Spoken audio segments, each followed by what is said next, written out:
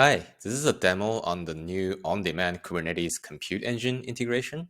So this engine allows you to run workflows on an auto-scaling AWS EKS cluster.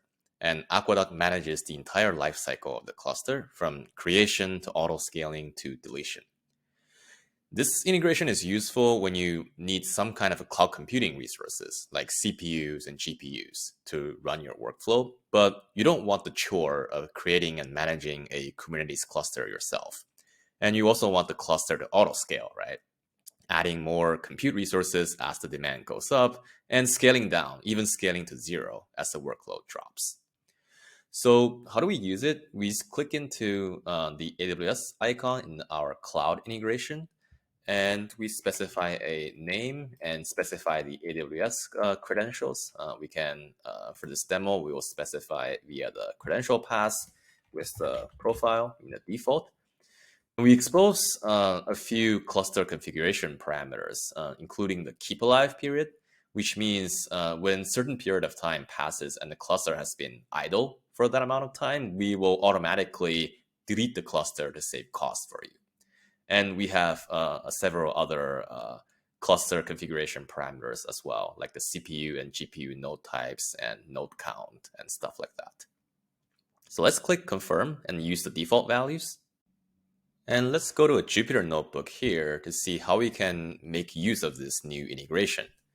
So the way we use this on-demand Kubernetes cluster is almost exactly the same as how we use the regular Kubernetes integration. So here we first get the handle to our AWS integration and get another handle to the on-demand Kubernetes handle. And then we just need to specify the name of the engine into the engine field of the op decorator and run a super simple test operator. And originally, our cluster is in the terminated status, and it could take 12 to 15 minutes for the cluster to be ready.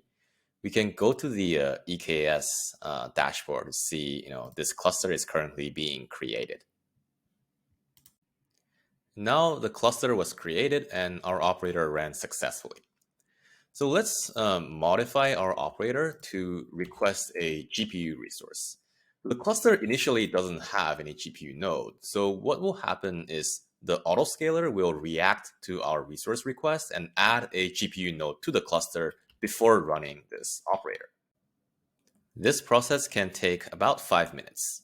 So while we're waiting, we can see there are a number of other APIs available to the Kubernetes handle.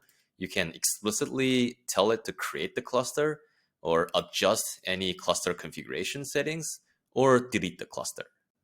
And after 5 minutes, our GPU operator also finished. Note that subsequent runs will be much faster because all the Kubernetes nodes are already warm. And after the cluster has been idle beyond the keep alive period, Aqueduct will automatically delete the cluster to save cost.